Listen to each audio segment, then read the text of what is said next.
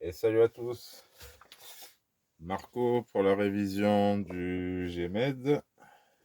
Alors, partie démontage arrière. Alors, bon, sûrement me faire engueuler, critiquer, peu importe. Je vais travailler au tournevis. Donc moi j'aime bien ceux-là avec vous voyez, cette couleur.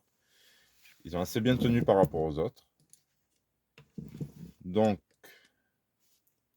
comme je dois démonter les amortisseurs arrière, et j'ai envie de vérifier le pont, on va démonter toute la partie arrière.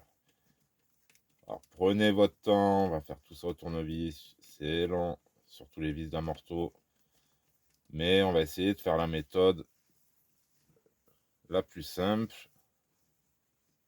pour accéder à tout son train arrière, sans forcément tout démonter.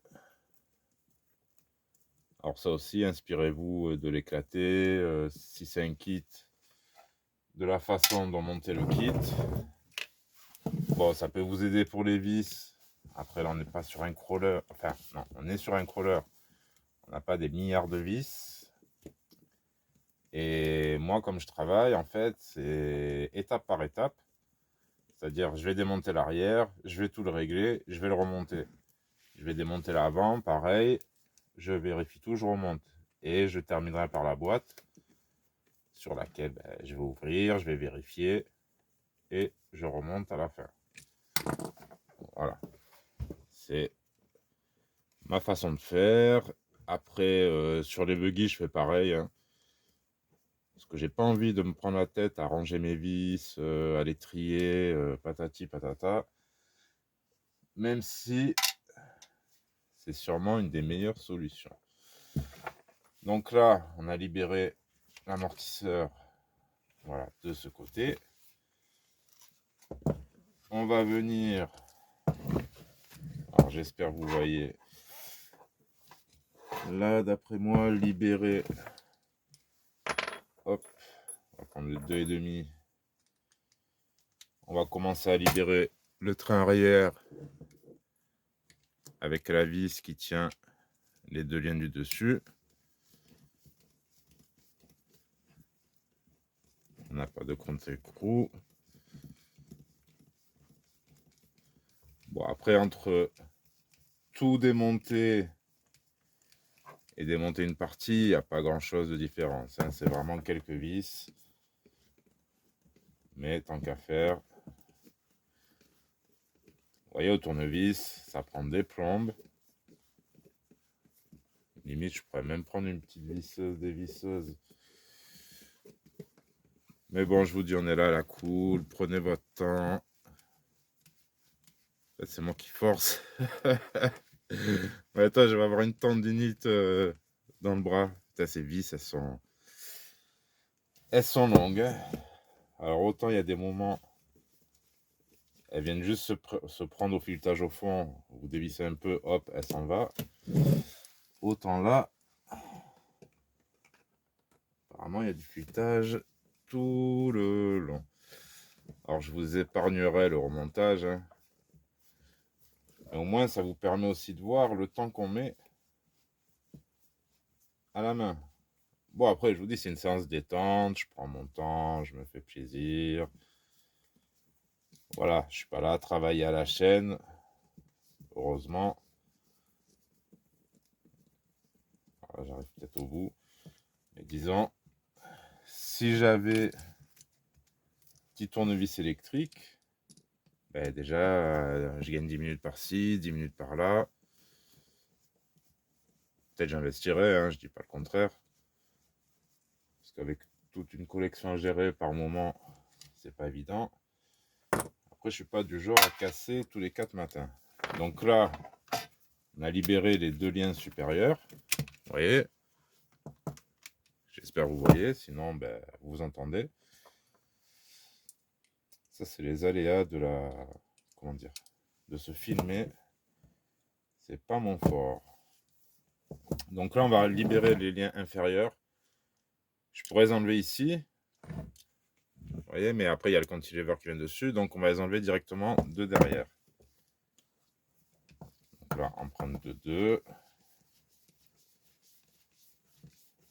faudrait pas des vis trop longues. Là, si tout va bien, allez, pour cette vidéo, je vous démonte encore quoi 2, 3, 4, 5, 6 vis. Et on va avoir accès à tout ça. À l'ensemble.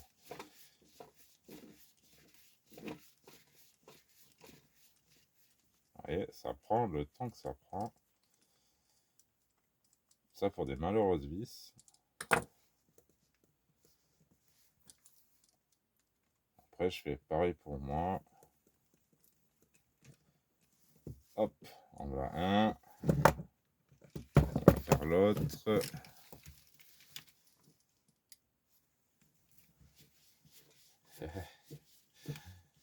Je vois déjà un blanc qui se dit, oh, lui va me mettre 4 ans à me faire une petite révision d'amortisseur de crawler. Non, mais j'enchaîne. De toute façon, je préfère y aller tranquille en mécanique et voilà, faire moins d'essais avec la machine. Parce que comme il m'a dit, vas-y, fais-toi plaisir, roule avec. D'ailleurs, j'ai vachement envie de rouler avec. Mais quelques runs suffiront. J'ai pas envie de le massacrer, vu ma conduite. Moi, un Skullcrawler, voilà, c'est fait pour grimper, peu importe où on se trouve. Il y a une de mes dernières vidéos, je sais pas si elle est déjà en ligne, vous la verrez, où je suis avec ma femme, mon petit. Le truc qui tombe de 2 mètres de haut, bon, on essaye plus ou moins de le rattraper. Si on n'y arrive pas, bah, tant pis, quoi. Ça tombe, ça tombe. Là, c'est pas à moi. T'inquiète pas, Ludo, je ferai pas ça, quoi. Donc là, bon, déjà, apparemment, ça a l'air de super bien tourner. Ça doit être bien huilé, bien graissé. Il n'y a pas de souci. On va quand même checker tout ça, hein. Alors là, je vais devoir, quoi qu'il arrive... Alors, est-ce que je vais y arriver? Parce qu'il faut que j'enlève la coquille devant. Mais j'ai le support des liens supérieurs qui me cache un peu les vis. Alors, je sais pas si j'y arriverai. Donc maintenant, mon but, arriver aux amortisseurs. Alors, deux solutions. Ou je vire directement de là, mais ça risque de me gêner. Donc je vais l'enlever. Tant pis, on va démonter un peu plus. D'ailleurs, moi je parle, j'enlève des vis. Qu'est-ce que j'en ai fait? Elles sont restées sur le pont. Ouais, si je perds quelques vis, ça va, j'en ai. J'ai ce qu'il faut. Alors ouais, là je démonte la vis. On est juste à côté du petit ergot qui nous sert à rien. Il n'y a même pas la vis qui va dedans, il n'y a rien du tout. Je sais pas qu'est-ce qu'ils nous ont fait, Gmed. J'ai regardé d'autres modèles, ça correspond pas à d'autres systèmes de suspension. Ça fait penser à un truc, on fait passer une barre stable dedans, mais bon, je vois pas l'intérêt. Avec leur cantilever, leur système, je vois pas l'intérêt.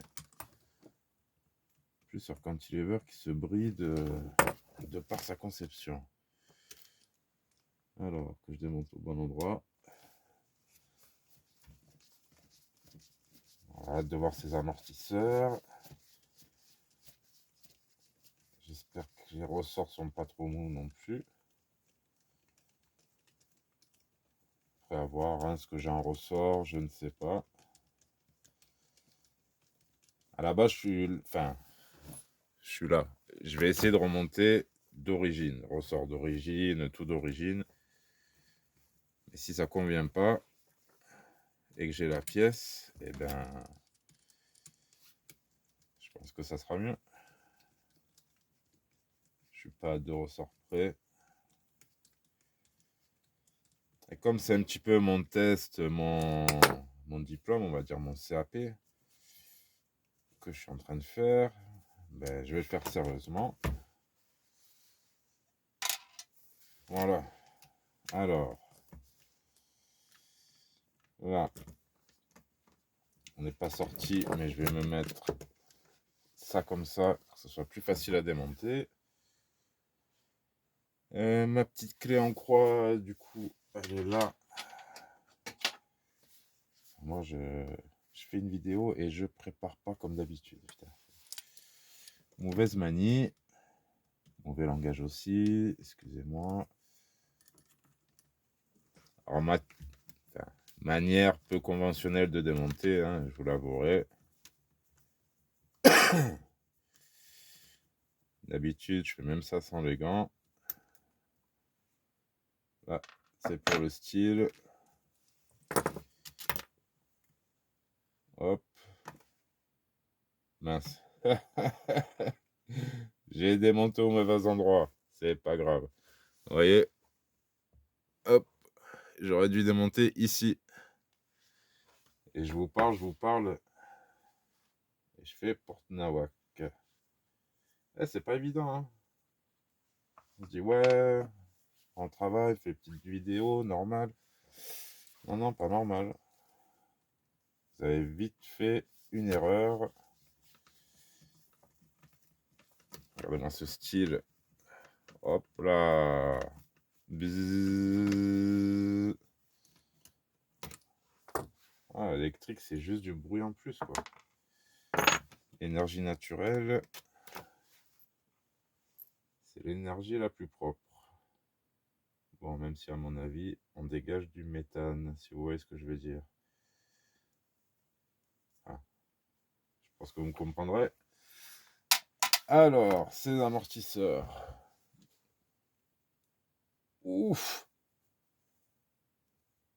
Ah ouais, putain, quand on voit le système, on s'imagine pas, mais ils sont... Vous verrez pas, mais ils sont super durs. Bon, après, en cantilever, ça agit différemment. Waouh. Ouais.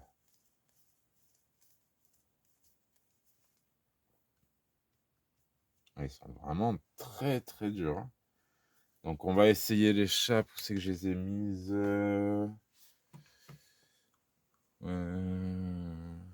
je sais pas si vous les verrez dans cette vidéo.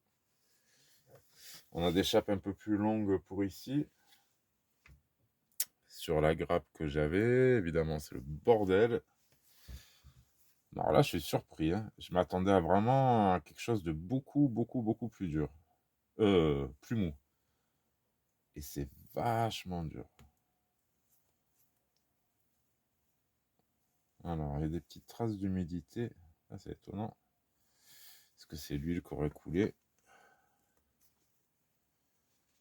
Essayer d'enlever. Et ils sont durs de ouf, les ressorts. Allez, Coco. Ah, c'est même pas une question de gants. C'est question... Il va me casser les pieds, lui. Allez, sors de là. Non, t'en mets pas dedans. Et voilà, les joies du direct.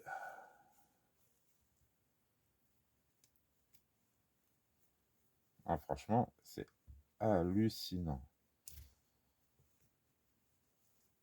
Quand on dit, voilà, ouais, le cantilever, ça n'a rien à voir avec du classique. Ben, rien du tout, du tout, hein. À la limite. Je sais pas si c'est possible.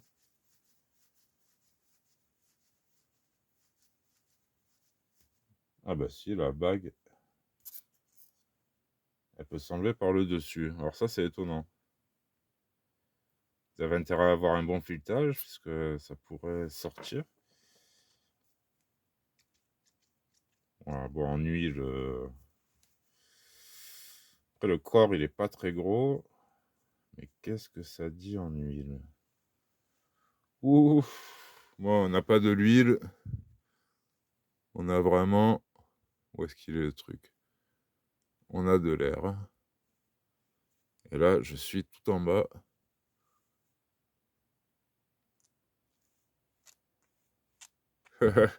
Bon, on a ressort dur, mais en huile, on est vraiment pas bon. Alors, ça doit fuir, à mon avis. Mais là, il reste qu'un espèce de... On dirait un crachat dedans. Bon, ça va le refaire. On va changer les chapes. J'ai vu dans le kit, il y avait des rotules alu. Alors, je sais pas si ça sert pour les amortos. Je pense pas que je vais les mettre. Celui qui achètera ce Skullcrawler, il verra s'il les met. Moi, pour l'instant, je vais rester sur les chapes plastiques. Ça prend peut-être moins les saletés. Alors, et ce pont, est-ce qu'on peut le démonter? Ah, là, j'ai la vis qui va bloquer. Donc, on va devoir être encore obligé d'enlever 3 vis. Je vais quand même essayer, mais...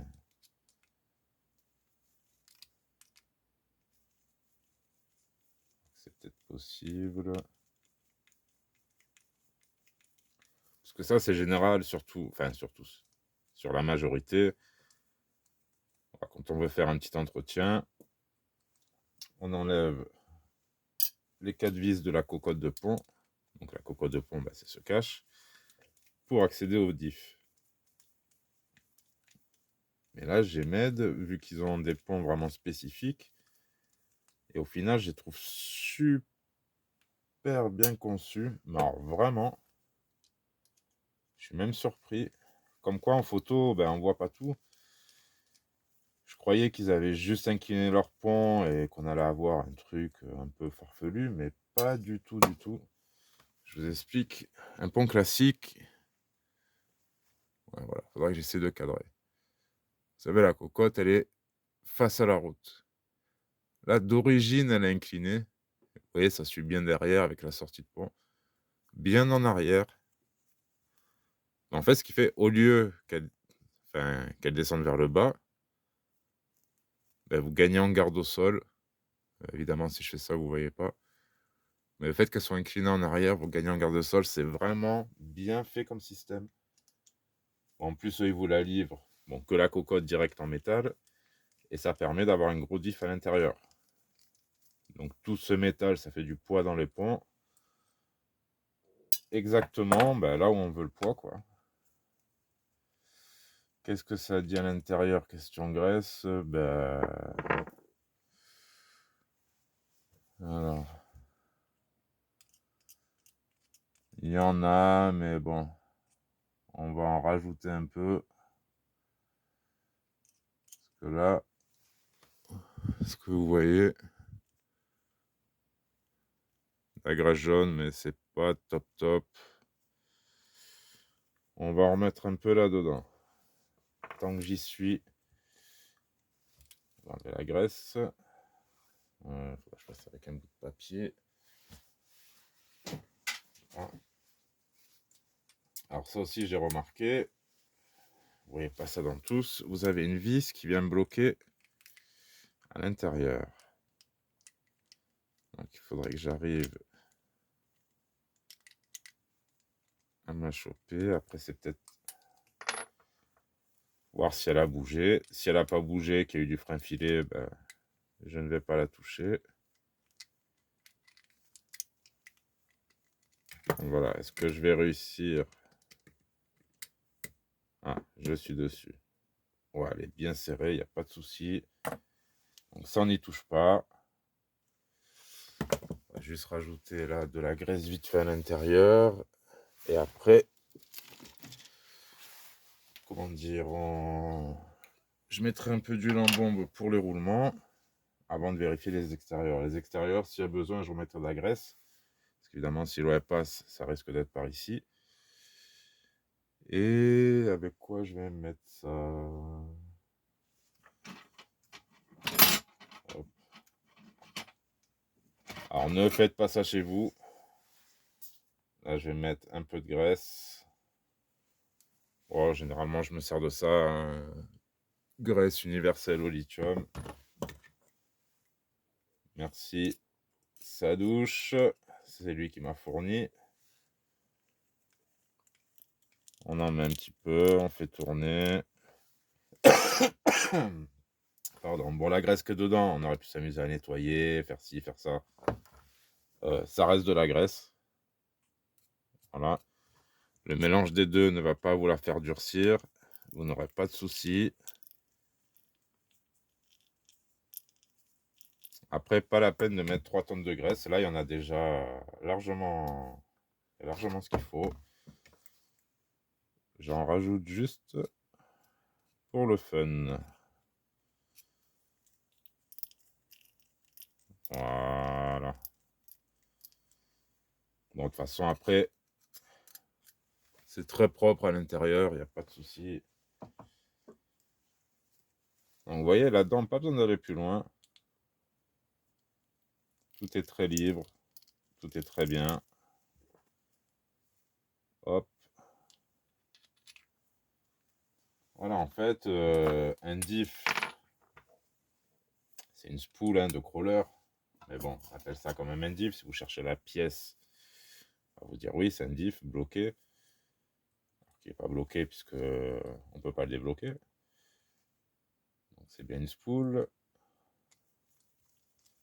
C'est vraiment pas compliqué à entretenir. Bon, évidemment, s'il y avait eu de la saleté, il aurait peut-être fallu tout sortir, tout démonter.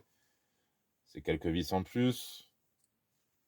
Mais comme vous le voyez, c'est pas rien d'extraordinaire là-dedans. Tout le monde peut le faire.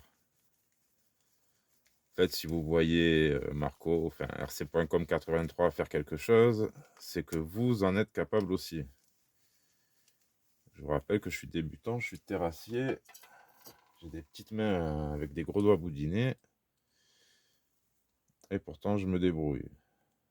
Bon, là, par contre, je suis en train de faire n'importe quoi, puisque ce genre de vis, j'ai eu la chance de ne pas la faire tomber. Comme c'est des vis métal, j'avais tout simplement à faire ça. Alors ça coûte que dalle. Vous avez 1 euro ou 2 euros, Action, peu importe, n'importe où. Vous magnétisez et ça maintiendra votre vis. Et si vous n'avez pas envie que ça magnétise, vous démagnétisez. Franchement, c'est le top. Je ferai peut-être aussi une petite vidéo. Bah, ça, c'est sur ma chaîne, hein, donc je n'ai pas à faire de pub pour ma chaîne, mais sur ce qui peut être utile en RC et à quoi on pense quand on est débutant. Évidemment, un professionnel il va vous dire ouais, j'en ai 15. J'ai une visseuse comme ci, comme ça. Et quand on est débutant et qu'on a sa façon de faire, bah voilà. Certaines choses, évidemment, la mécanique c'est un métier. Il y a certaines choses qui peuvent pas être faites différemment. Enfin, où il n'y a qu'une façon de les faire. Alors là, c'est bien. On est bien avec la graisse. Donc ensuite, on va vérifier les roulements de pont. Donc on va ouvrir ici. Ça, à la limite, si vous avez un peu de... Vous pouvez déjà balancer un peu de graisse comme ça ou l'enlever, mettre un peu de graisse. Moi, je vais le checker directement. Et après, je vais remonter tout ça comme ça doit être fait. Mais bon, pour l'instant, on va couper. Je reviendrai sur le moment où j'ai fait les amortos avec les chapes plus longues. Et au moment où ça sera remonté, puisque là, je vois déjà que ça fait, c'est même plus écrit.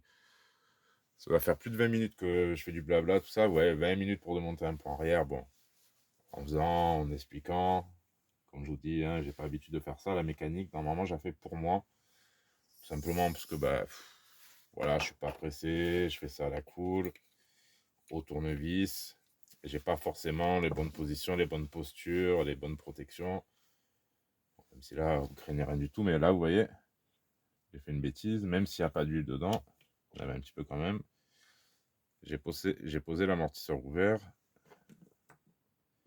Voilà, plein de petites choses qu'on ne devrait pas voir en vidéo, mais ça arrive. Donc sur ce, je vous dis à très bientôt pour la suite et n'oubliez pas, s'il vous intéresse, profitez-en, il est neuf. Hein. Franchement, il sera que mieux révisé, mais il est en super état. Allez, amusez-vous avec vos RC et à très bientôt. Tchuss.